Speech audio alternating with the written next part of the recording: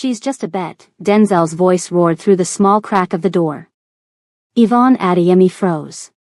Her perfectly manicured hand hovered inches from the brass door handle, her engagement ring catching the hallway light like a cruel joke. Bro, you're actually going through with this? Jordan's voice followed, dripping with disbelief. Laughter erupted from inside the presidential suite. Drunk, mocking laughter. Listen, Denzel continued, his words slightly slurred, I told y'all 6 months ago I could bag anyone. Yvonne with her uppity attitude, her fancy law degree, acting like she's better than everyone. Tomorrow I marry her, finally smash, and 2 weeks later? Divorce papers. Then I will collect my $50,000 from each of you. The best part? Denzel's voice dropped conspiratorially. She has no idea. She actually thinks I love her. Yvonne's heart stopped beating. The hallway tilted. The bouquet of white roses she'd been carrying, a surprise for her groom, slipped from her trembling fingers, scattering petals across the marble floor like drops of blood. 2 years. 2 years of dates, of meeting his family, of planning the perfect wedding, of keeping her virginity because he'd said he wanted their wedding night to be special and pure and it was all a bet? Before we dive deeper into this story of betrayal, revenge, and the dangerous Korean mafia boss who will change Yvonne's life forever, make sure you hit that subscribe button and like this video. Trust me, you don't want to miss what happens next. Now, let's continue. Yvonne stumbled backward, her stilettos clicking against the marble as tears blurred her vision. The corridor of the Ritz-Carlton stretched endlessly before her, the crystal chandeliers overhead suddenly too bright, too mocking.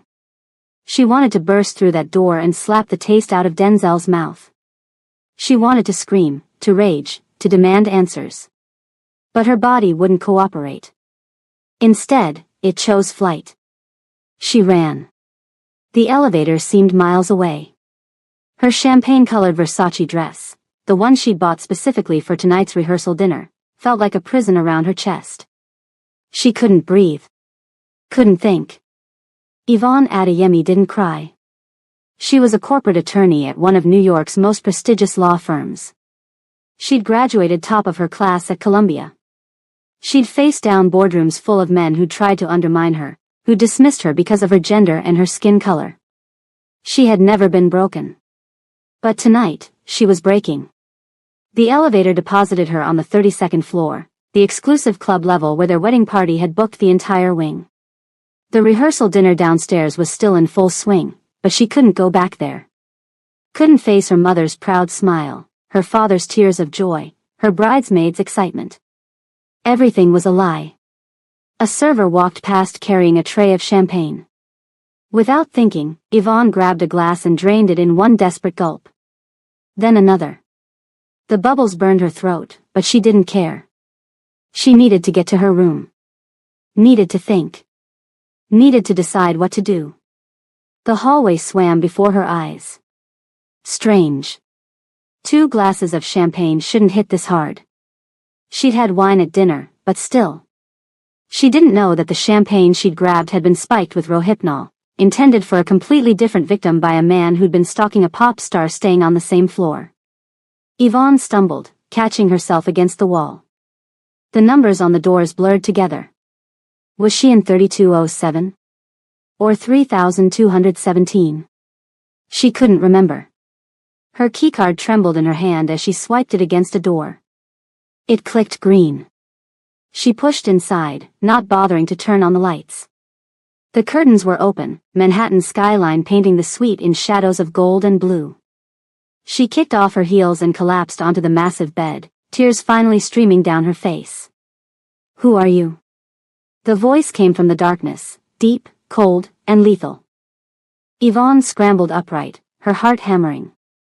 A figure emerged from the shadows near the window. Tall. Broad-shouldered. The city lights illuminated half his face, revealing sharp cheekbones, a sculpted jaw, and eyes that seemed to pierce straight through her. He was beautiful. Dangerously so. Like a Greek god carved from ice and obsidian. Yvonne's words died in her throat. The room spun violently. Wrong room. I'm in the wrong room. She tried to stand, but her legs buckled. Strong arms caught her before she hit the floor. "You've been drugged," the stranger said, his voice carrying a slight accent she couldn't place. "Your pupils are dilated. Breathing shallow."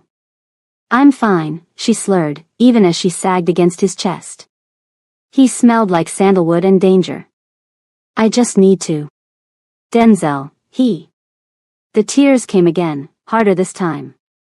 She was crying against a stranger's chest in a hotel room that wasn't hers, drugged and heartbroken and completely out of control. "He said I was a bet," she whispered. 2 years. A bet. "He never loved me." The stranger said nothing. His arms remained steady around her as she cried, her tears staining what she dimly realized was an extremely expensive silk shirt. "I was supposed to marry him tomorrow," she continued, the words pouring out unchecked. "But he only wanted to use me. To win some stupid bet with his friends." "Then don't marry him." Yvonne laughed bitterly. "It's not that simple. The wedding. Our families. Everyone's already here. My dress. The flowers. Everything. Do you always make decisions based on what others expect?"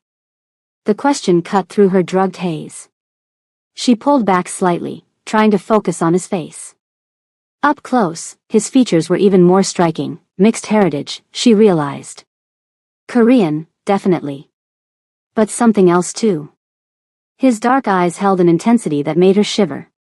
"Who are you?" she whispered. "Someone who doesn't believe in wasting time on people who don't deserve it." She should leave. Every rational part of her brain screamed to leave.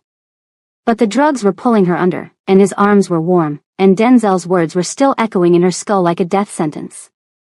"He said I was just a bet," she repeated. "Like I was nothing." "You're not nothing." His voice was firm. Certain. And suddenly Yvonne was tired of being the good girl. Tired of waiting, of playing by the rules, of being respectable. She'd saved herself for a man who'd been laughing behind her back the entire time. She looked up at the stranger, her inhibitions stripped away by the drugs and the betrayal. "Make me forget," she breathed. "Just for tonight. Make me forget him." His jaw tightened. "You don't know what you're asking. I'm asking you to help me destroy the last piece of myself that belonged to him." For a long moment, he studied her. Something flickered in those dark eyes. Desire, yes, but something else too. Something calculating. "You'll regret this in the morning." "I'm already full of regret," Yvonne whispered. "What's one more?" She kissed him. And the stranger, the one with the cold eyes and the dangerous aura, kissed her back. Morning light streamed through the floor-to-ceiling windows like an accusation. Yvonne's eyes fluttered open, and for a single blissful second, she didn't remember. Then everything came crashing down, Denzel's betrayal, the drugged champagne, the stranger's room, the night that followed. She sat up too fast, clutching the Egyptian cotton sheets to her chest. The bed beside her was empty, but the sheets were still warm. The sound of running water came from the bathroom. Her dress lay crumpled on the floor near a chair. Her underwear dangled from a lampshade. Her brain struggled to piece together fragments of the night, hands on her skin, whispered words in her ear, pleasure that had made her forget her own name. Oh God. What had she done? The bathroom door opened, and steam billowed out like smoke from a dragon's lair. The stranger emerged, except now, in the harsh light of morning, Yvonne could see him clearly. He was shirtless, water droplets rolling down a torso covered in intricate tattoos. Dragons and tigers wound around his arms and across his chest.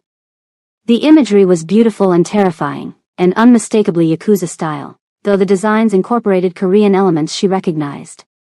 Hanja characters. A phoenix rising from flames.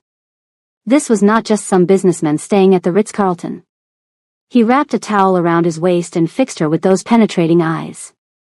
In daylight, they were even more unsettling, dark brown with flecks of gold, framed by thick lashes. "Good morning, Yvonne."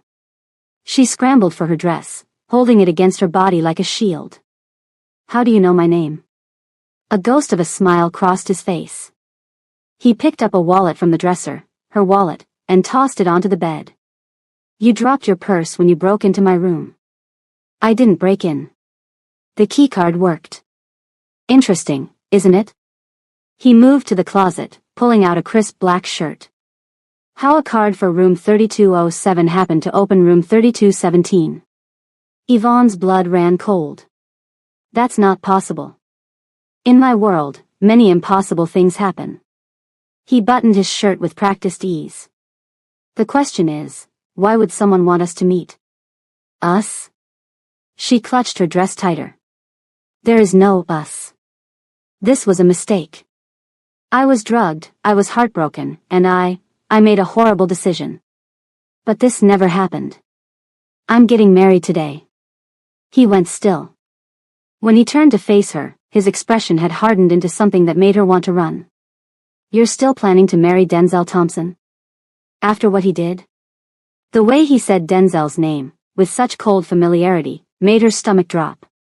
How do you know who my fiancé is? He crossed the room in 3 strides and sat on the edge of the bed.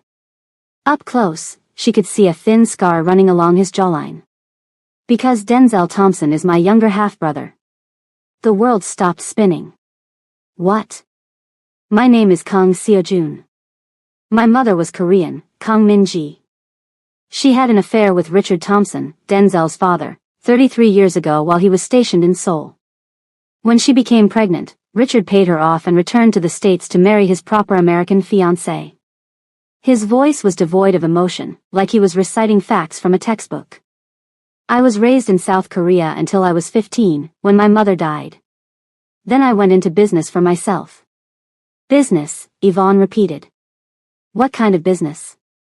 Seo-jun's smile didn't reach his eyes.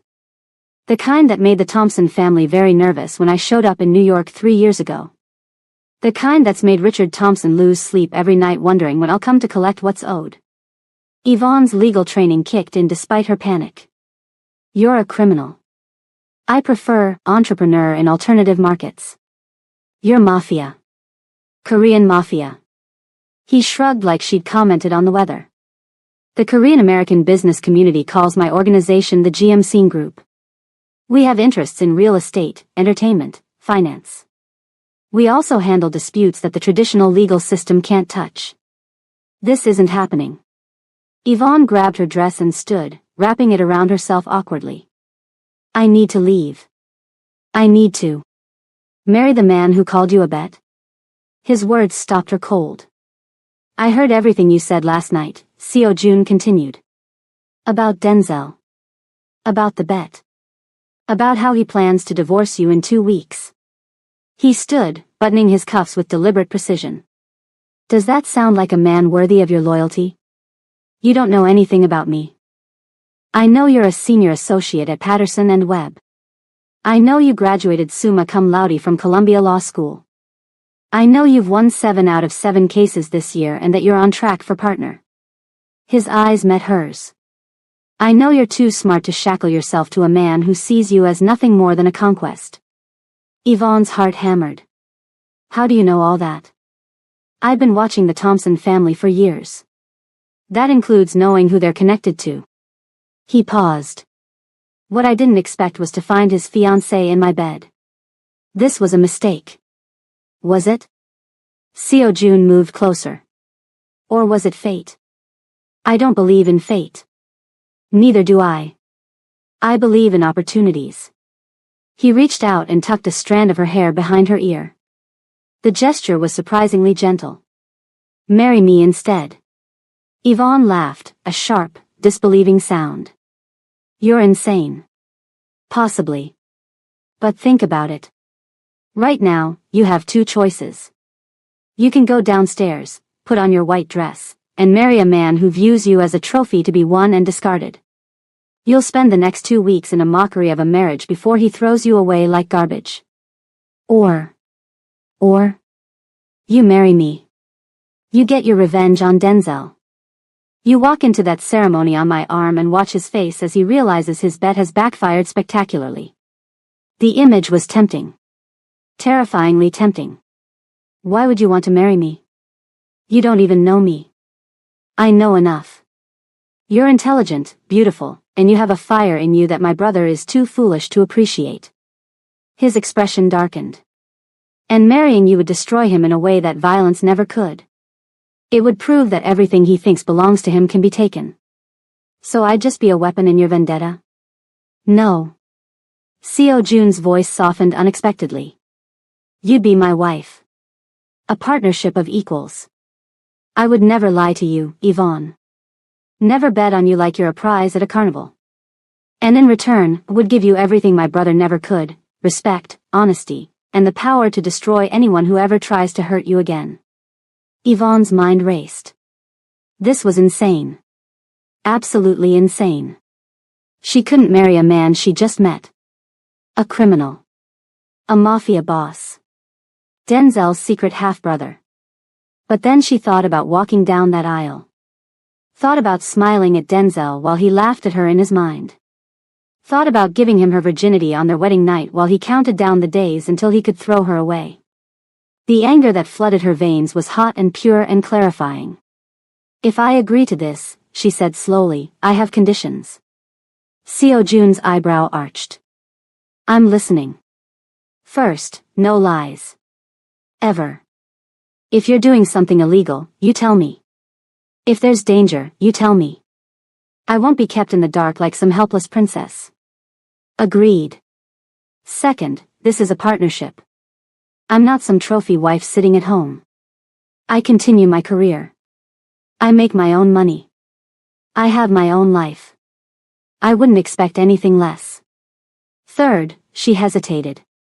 What happened last night doesn't automatically mean, I was drugged. I wasn't in my right mind. I'm not agreeing to. Physical intimacy will happen on your terms and your timeline, Seo Jun finished. You have my word. Yvonne studied him. Every instinct told her this was dangerous. That she was making an impulsive decision out of anger and hurt. That she should walk away and figure things out on her own. But another part of her, the part that had spent years being underestimated, dismissed, and treated like a trophy, wanted to burn Denzel's world to the ground. How fast can you get a marriage license? Seo Jun smiled, and for the first time, it reached his eyes. I have a judge on the payroll. We can be married within the hour. Then let's do it. Let's crash my own wedding. The grand ballroom of the Ritz-Carlton had been transformed into a winter wonderland. White roses cascaded from crystal chandeliers. An ice sculpture of two swans sat at the center of the champagne fountain. 300 guests filled the gilded chairs, fanning themselves with programs that featured Denzel and Yvonne's smiling faces. At the altar, Denzel Thompson stood in his custom Tom Ford tuxedo, radiating the smug confidence of a man who believed he'd won. His groomsmen flanked him, including Jordan, Jerome, and Anthony, the same friends who'd been laughing about the bet just 12 hours ago.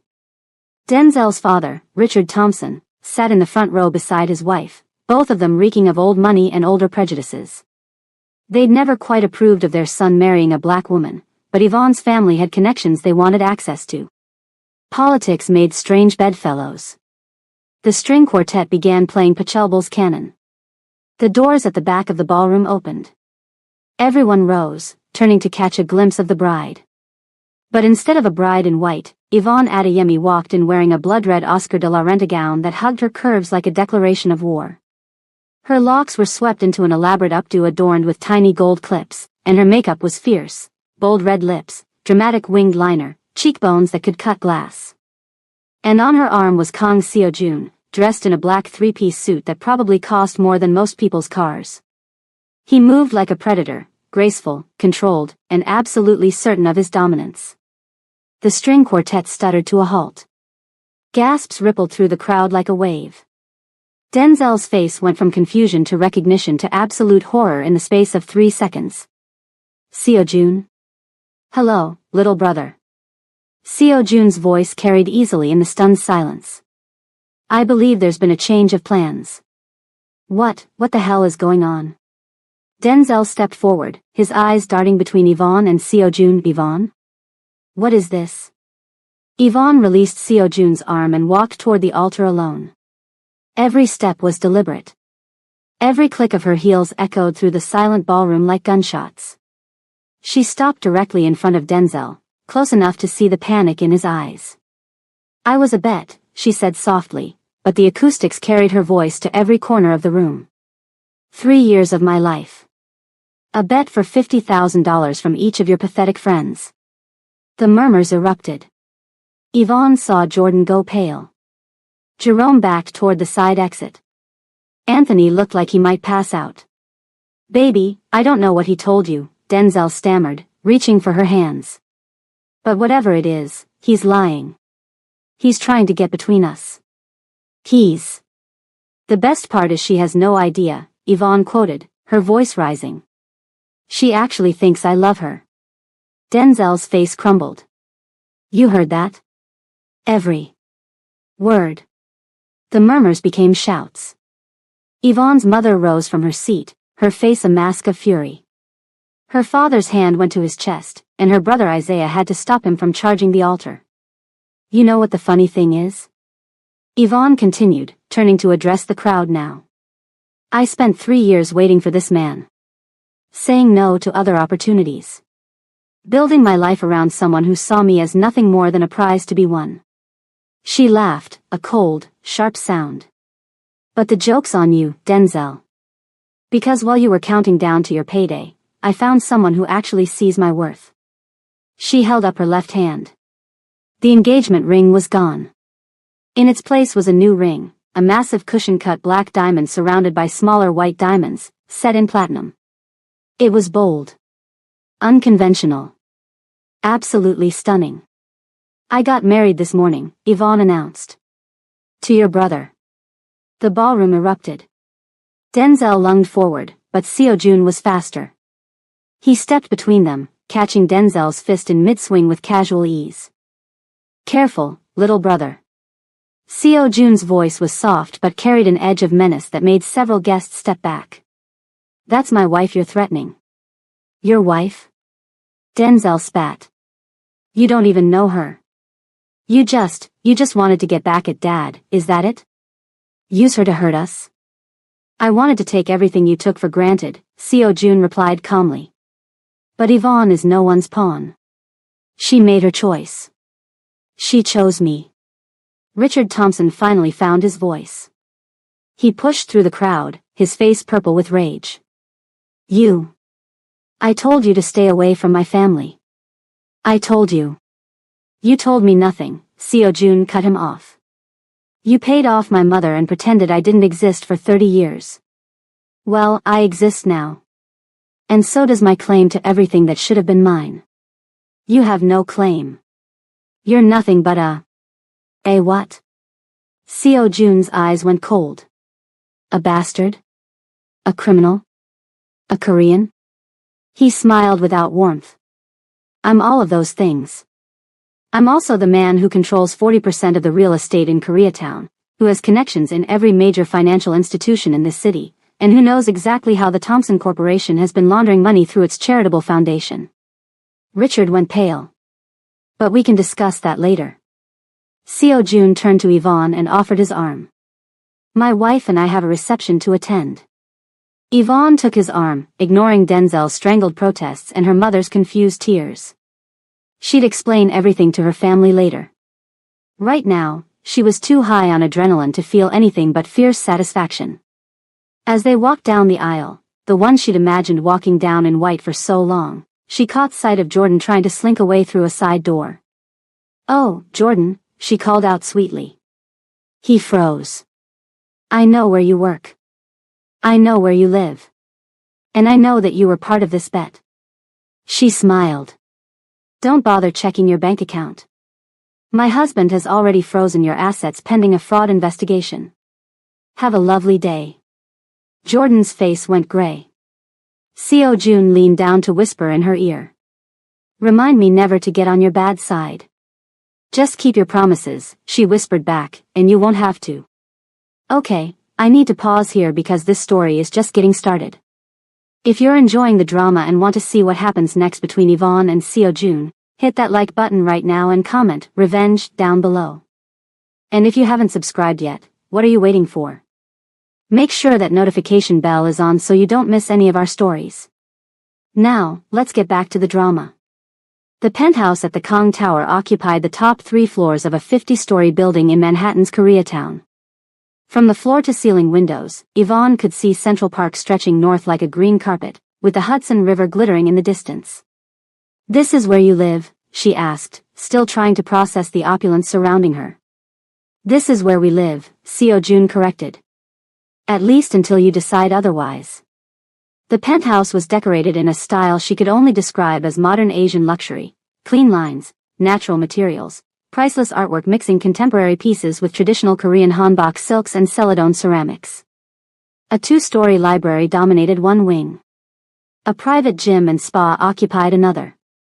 The master suite had its own terrace garden with a koi pond. It was beautiful.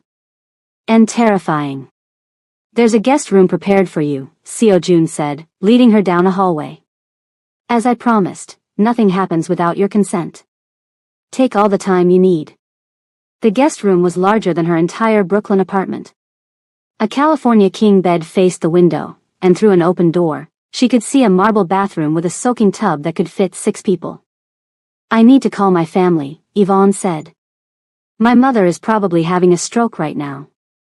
"Of course. There's a phone on the nightstand. Take as long as you need." Seo Jun paused at the door. "I have some business to attend to, but I'll be in my study if you need anything." "Business?" She turned to face him. "What kind of business?" He met her gaze steadily. "The kind you asked me to be honest about. A shipment is arriving tonight. Nothing that involves you, but if you want details." "Is it drugs?" "No. I don't deal in substances. It's electronics, high-end components that may have bypassed certain customs regulations. So, smuggling. Creative importation." A ghost of a smile crossed his face. "I never promised I was a saint, Yvonne." She didn't know how to feel about that. Part of her wanted to run, to escape this gilded cage before she got in too deep. But another part of her recognized that Seo Jun was giving her exactly what she demanded: honesty. "Who drugged me last night?" The question came out of nowhere, but she'd been thinking about it all day. The champagne on that server's tray, it hadn't been meant for her. Seo Jun's expression darkened. "I'm looking into it. Initial reports suggest it was a stalker targeting a pop star staying on the same floor. Wrong glass, wrong victim. So it really was random?" "The drugging was random." "You stumbling into my room?" He tilted his head. "My security team is still trying to figure out how your keycard opened my door. It shouldn't have been possible." "You think someone set this up?" "I think nothing happens by accident in my world." He studied her. "Get some rest. We can discuss theories tomorrow." After he left, Yvonne sat on the bed and stared at the phone. She should call her mother. Her father. Her brother. Explain what had happened and why she'd made the choices she'd made. But instead, she found herself dialing a different number. "Hello? Jade, it's me." Her best friend's voice immediately shifted from sleepy to alarmed. "Vani? Girl, what the hell happened? The group chat is blowing up. Someone posted a video of you showing up to your wedding in a red dress with some Asian dude and saying you got married? It's a long story." "Well, you better start telling it because your mama called my mama, and everyone is losing their minds." Yvonne took a deep breath and told her everything. Overhearing Denzel's conversation. The drugged champagne. Waking up in a stranger's room. Discovering that stranger was Denzel's secret half-brother, and a mafia boss. When she finished, there was a long silence. "Jade? You still there?" "I'm trying to decide if this is the dumbest thing you've ever done or the most iconic," Jade said slowly. "Like, on one hand, you married a literal criminal for revenge. On the other hand, you absolutely wrecked Denzel in front of 300 people and destroyed his whole reputation." "I don't know what I'm doing," Yvonne admitted. "I was so angry. So hurt. And he offered me a way out, a way to make Denzel pay, and I just took it." "Yeah, I get it." Jade sighed. "Look, Vani. I've known you since undergrad. You don't do impulsive. You're the most calculated person I know. If you did this, you had a reason. The reason was rage. Nah. The reason was that your subconscious knew what your conscious brain wouldn't admit, that something about Denzel was always off. Remember when I said he gave me weird vibes? Yvonne did remember. Jade had never warmed to Denzel, and Yvonne had dismissed it as jealousy or overprotection. So what now? Jade asked. You just live with this mafia dude and pretend to be married? It's a real marriage. Legally binding. Okay, but do you have a plan? An exit strategy? What if he's actually dangerous? Yvonne thought about Seo Jun's cold eyes. The tattoos covering his body. The way everyone in the hotel had seemed to know, and fear, him. He's definitely dangerous, she said. But he's also the only person who's been completely honest with me. Denzel lied for 3 years. Seo Jun told me he was a criminal within an hour of meeting me. That's a low bar, girl. I know. But it's something. Yvonne paused. I need to give this a chance. Figure out who I am outside of the person I was trying to be for Denzel. And if Seo Jun turns out to be another liar, another manipulator, then I'll burn that bridge when I get to it. Jade was quiet for a moment. Then she laughed softly. You know what? That might be the healthiest thing you've said in years. Just, be careful, okay? And text me every day so I know you're alive. I will. After she hung up, Yvonne finally called her mother. That conversation was significantly less supportive. Yvonne Chioma Adeyemi, what did you do? She held the phone away from her ear as her mother's voice blasted through the speaker. Chioma was her middle name, and her mother only used it when Yvonne was in serious trouble. Mama, please. Just listen. Listen. Listen. I flew all the way from Lagos for this wedding. Your father spent his retirement money on that ceremony. And you show up in a red dress with some Korean man and tell everyone you're already married? Denzel was using me, Yvonne said quietly. It was a bet, Mama. 3 years was a bet. He was going to divorce me 2 weeks after the wedding. Silence. What did you say? Yvonne explained everything again, the overheard conversation, the bet, the $50,000 at stake. By the end, her mother's righteous anger had transformed into something colder and more dangerous. That boy, her mother said, her voice low and deadly. That useless, worthless boy. I will destroy him. I will call every auntie in the Nigerian community and tell them what he did. By the time I'm finished, he won't be able to show his face in any event from here to Houston. Mama. And his mother. That woman sat next to me at the rehearsal dinner and smiled in my face like we were sisters. Oh, she will hear from me. My daughter is not a plaything for her worthless son. Despite everything, Yvonne smiled. Her mother was a force of nature when she was angry. Denzel had no idea what was coming for him. What about this other man? Her mother asked finally. This. Seo Jun? Is he treating you well? He's been respectful. Honest. Is he handsome? Mama. What? I can ask. If my daughter is going to marry a stranger for revenge, I at least want to know if he's good looking. He's. Yvonne thought about Seo Jun's sharp features, his intense eyes, the way his presence seemed to fill a room. Yes. He's very handsome. Good. And rich? Extremely. Well. Her mother's voice softened slightly. You could have done worse, I suppose. But Yvonne, be careful. Men like that, men with power and money, they can be dangerous in ways that aren't always obvious. I know, Mama. I'll be careful. And call me every day. Every day. Or I will fly to New York and drag you home myself. After she hung up, Yvonne felt lighter. Her family would be upset for a while, but they would come around. They always did. Now she just had to figure out what the hell she was doing with the rest of her life. The next few weeks passed in a surreal blur.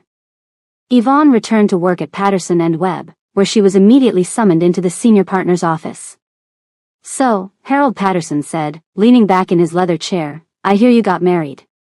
Yvonne straightened her shoulders. I did. To Kang Seo-jun. Of the GM Scene Group. Yes. Patterson studied her for a long moment.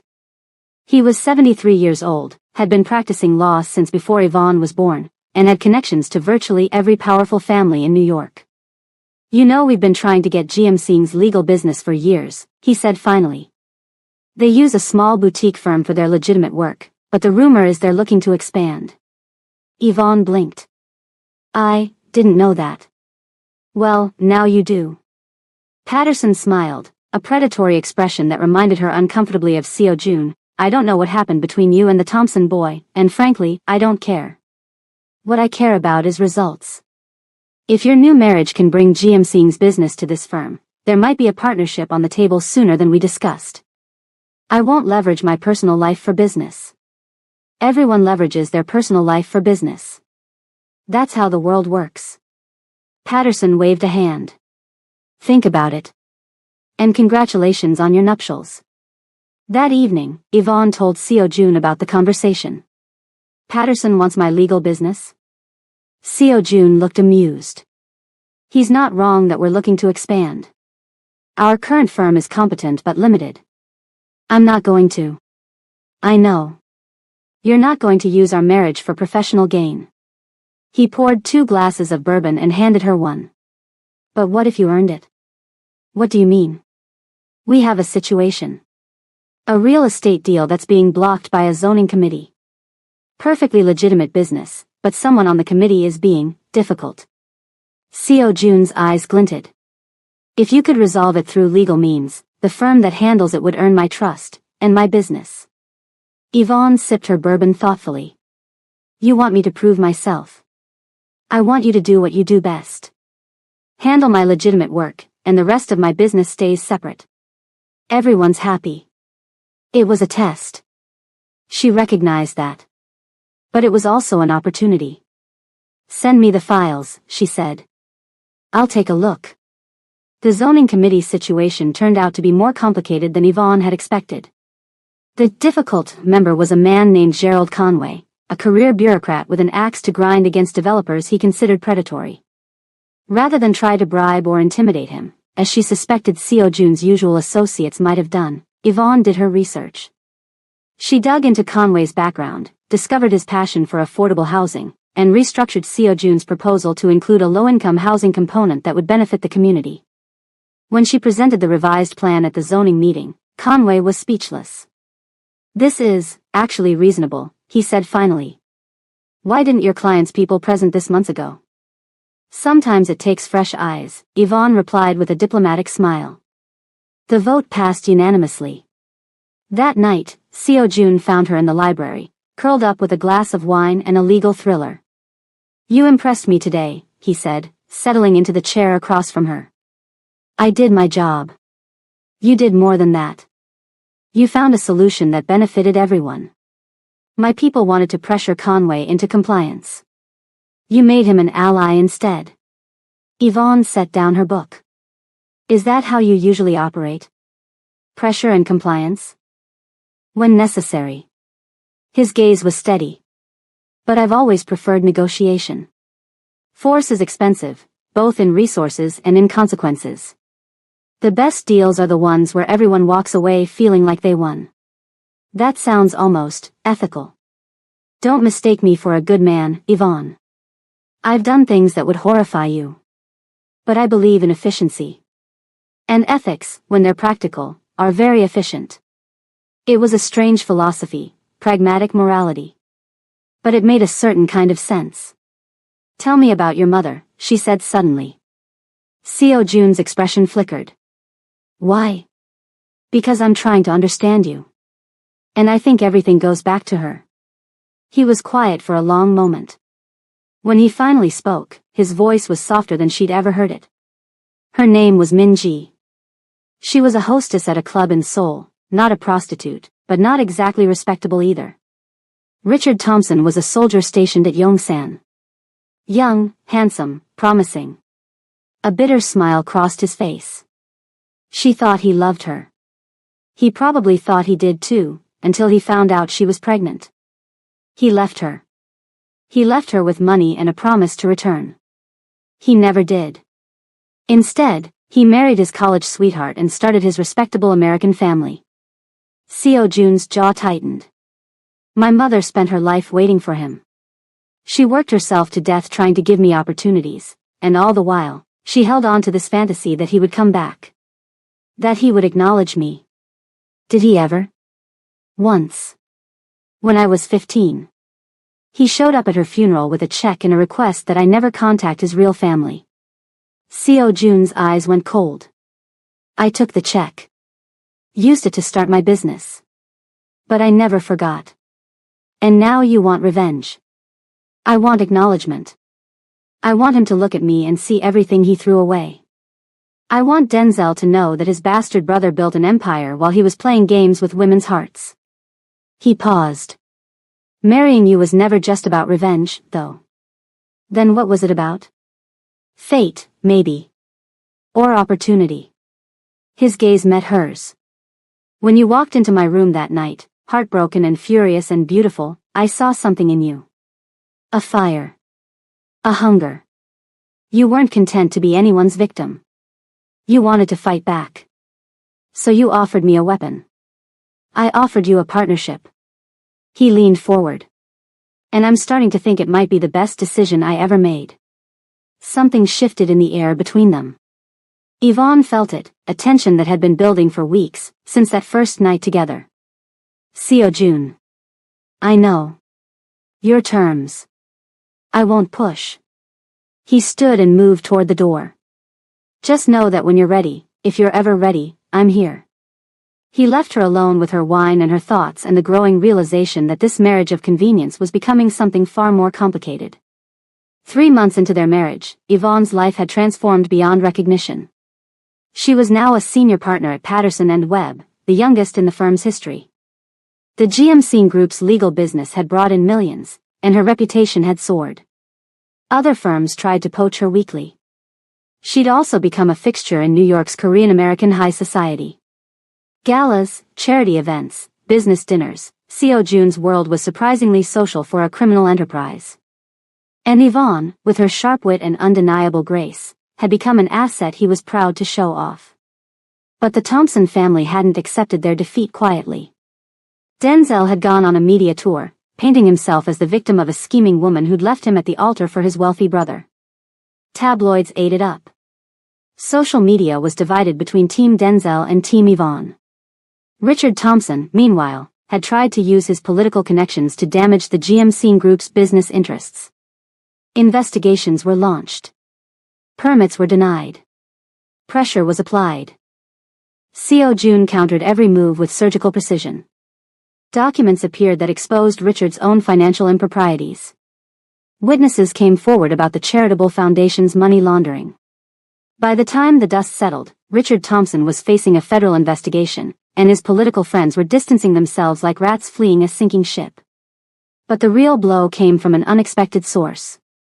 Yvonne received a call from an unknown number one evening while Seo Jun was away on business. Mrs. Kong? The voice was female, elderly, and vaguely familiar. This is she. This is Margaret Thompson. Richard's wife. Denzel's mother. Yvonne's grip tightened on the phone. What do you want? To apologize. Margaret's voice cracked. And to tell you the truth about what my son did. They met at a coffee shop in the Upper East Side, neutral territory. Margaret Thompson looked 10 years older than she had at the wedding. Her makeup couldn't hide the dark circles under her eyes, and her hands trembled as she lifted her cup. I knew about Denzel's bet, she said quietly. He told me about it months ago, laughing about how he was going to win.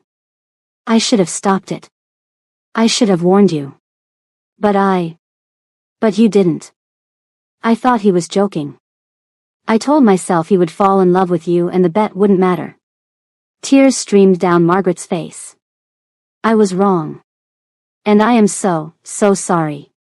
Yvonne didn't know what to feel. Part of her wanted to rage, to scream at this woman who had watched her son destroy 3 years of her life. But another part saw a mother who was finally facing the truth about her family. Why are you telling me this now? Because Denzel is planning something. Margaret pulled an envelope from her purse. I found these in his apartment. He's been tracking your movements. Taking photographs. Building some kind of case against you and Seo Jun. Yvonne opened the envelope. Inside were surveillance photos, her leaving the office, meeting with clients, walking through Koreatown with Seo Jun. There were also documents, financial records, phone logs, and what looked like witness statements. He's trying to destroy you, Margaret said. The way he feels you destroyed him. I didn't destroy him. He destroyed himself. I know. But Denzel has never been good at accepting responsibility. Margaret reached across the table and grasped Yvonne's hand. I'm giving you this because I can't let my son ruin another woman's life. Whatever happens to Richard, he deserves. But you deserve better than this. Yvonne studied the older woman. Why should I trust you? You shouldn't. But I've spent 30 years protecting a family that wasn't worth protecting. Maybe it's time I did something right for once. After Margaret left, Yvonne called Seo Jun. We have a problem. Seo Jun returned that evening with a full security detail. He studied the documents Margaret had provided, his expression growing darker with each page. This is a hit piece, he said finally. Denzel is planning to go public with accusations against the GMC group. Money laundering, racketeering, extortion. Can he prove any of it? Some of it. Enough to trigger investigations, at least. Seo Jun's jaw tightened. But this isn't just about me. Look at the witness statements. Yvonne scanned the documents more closely. Her stomach dropped. The witness statements were about her. Accusations that she'd used insider information from the firm to help Seo Jun's business dealings. Claims that she'd accepted bribes. Fabricated evidence of corruption. He's trying to destroy my career, she breathed. He's trying to destroy both of us. Seo Jun set down the papers. If these accusations go public, you'll be disbarred. The firm will drop you. And I'll be tied up in legal battles for years. What do we do? Seo Jun looked at her, and for the first time, she saw something like vulnerability in his eyes. I don't know. My usual methods, pressure, negotiation, force, they won't work here. This is a legal battle, and if we retaliate too aggressively, it'll only confirm the accusations. Yvonne's mind raced. She was a lawyer. This was what she did, found solutions to impossible problems, built cases out of nothing, turned defeat into victory. We get ahead of it, she said slowly. We control the narrative before he can. How? We tell the truth. All of it. She stood and began pacing. Margaret Thompson is willing to testify against her own son. That's huge. And we have evidence of Denzel's bet, the original group chat where they discussed it, the payments between friends. We can prove he's been harassing me since the wedding. That's his crime. What about ours? Yours, you mean? Yvonne stopped pacing. The GMC group's activities. How much of it is actually illegal? Technically. Less than you'd think. We've been moving toward legitimate business for years. But there are gray areas. Gray areas can be explained. Gray areas can be justified. Yvonne's legal mind was firing on all cylinders now. We restructure. We get ahead of any potential charges with voluntary compliance. We hire a PR firm to reframe the narrative, not as criminals going legitimate, but as a successful immigrant business being targeted by a vindictive political family. Seo Jun stared at her. You're suggesting we turn this into a race and class issue? I'm suggesting we tell the truth in a way that resonates with people. Richard Thompson is a white, wealthy, politically connected man trying to destroy his illegitimate Korean son and his black daughter-in-law. That's a story that writes itself. A slow smile spread across Seo Jun's face. You're terrifying. I'm a lawyer. It's the same thing. The counterattack launched 3 weeks later. Yvonne's firm, with full support from Harold Patterson, who smelled opportunity in the scandal, held a press conference. They presented evidence of Denzel's bet, including screenshots of the original group chat, financial records showing the payouts, and testimony from Jordan, who'd been persuaded to cooperate in exchange for reduced charges in a related fraud case. Margaret Thompson gave a tearful interview to ABC News, describing her shame at her son's behavior and her husband's decades of deceit. And Seo Joon himself sat down with 60 Minutes, presenting a carefully crafted narrative of an immigrant success story, a man abandoned by his father, raised in poverty, who'd built an empire through hard work and determination. The tide of public opinion turned with shocking speed. Denzel Thompson became a punchline, the rich boy who'd lost everything because he couldn't treat a woman with basic respect. His carefully constructed accusations fell apart under scrutiny. The witnesses he'd lined up recanted their statements. The evidence he'd gathered was exposed as fabricated or misrepresented. By the time the dust settled, the Thompson family was ruined. Richard faced federal charges. The family's businesses were under investigation. Denzel had fled to Europe to avoid the media firestorm. And Yvonne and Seo Joon stood at the top of the wreckage, victorious. 6 months after the scandal, Yvonne stood on the terrace of the penthouse, watching the sunset paint the Manhattan skyline in shades of gold and pink. "You've been quiet tonight," Seo Joon said, appearing beside her with 2 glasses of wine. "Just thinking." About us." She accepted the glass but didn't drink. "About what this is." Seo Joon was quiet for a moment. "What do you want it to be?" It was a fair question. For 6 months, they'd been living together, working together, fighting together. They'd built something: trust, respect, partnership. But they'd never addressed the other thing. The growing attraction. The way his touch lingered. The way she found herself watching him when he wasn't looking. "I don't know," she admitted. "When I agreed to this, I was angry. I wanted revenge. I wanted to prove that I was worth more than Denzel gave me credit for. And now? Now I've proven it. The revenge is complete. The Thompson family is destroyed." She finally looked at him. "So why am I still here?" Seo Joon set down his glass and turned to face her fully. "Because this stopped being about revenge a long time ago." "Did it?" "For me, at least." He reached out and tucked a strand of hair behind her ear, the same gesture he'd made that first night. "Yvonne, I've spent my entire life taking what I wanted without apology. I built an empire on ruthlessness and calculation. But with you, I want to be chosen. I want you to stay because you want to, not because of anger or obligation or convenience. That's not very mafia of you. I contain multitudes." A hint of his dry humor surfaced, then faded. "Tell me what you want. Whatever it is, I'll make it happen. If you want to leave, I'll have divorce papers drawn up by morning. If you want to stay, I'll spend the rest of my life making sure you never regret it." Yvonne studied his face, the sharp lines softened by the fading light, the intensity in his eyes, the vulnerability he so rarely showed. "When I walked into your room that night," she said slowly, "I was at the lowest point of my life. I just discovered that everything I believed was a lie. And you, a stranger, a criminal, a man I had no reason to trust, you offered me a way out. I offered you a partnership. You offered me power." She stepped closer. "And now I have it. I have my career, my reputation, my self-respect. I don't need you anymore, Seo Joon." His expression flickered with something like pain. "But I want you." She reached up and traced the scar along his jaw. "I want this life we've built. I want to wake up next to you. I want to face whatever comes next together, not as business partners, not as revenge allies, but as husband and wife. For real this time." Seo Joon's breath caught. "Yvonne. I'm not saying I love you. Not yet. We're still figuring each other out. But I'm saying I want the chance to get there." She smiled, soft and genuine. "So what do you say?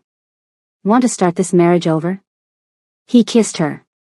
It was different from that first night, not drugged and desperate, but deliberate and tender. A promise. A beginning. When they finally broke apart, Seo Joon was smiling in a way that transformed his face completely, not cold, not calculating, but genuinely happy.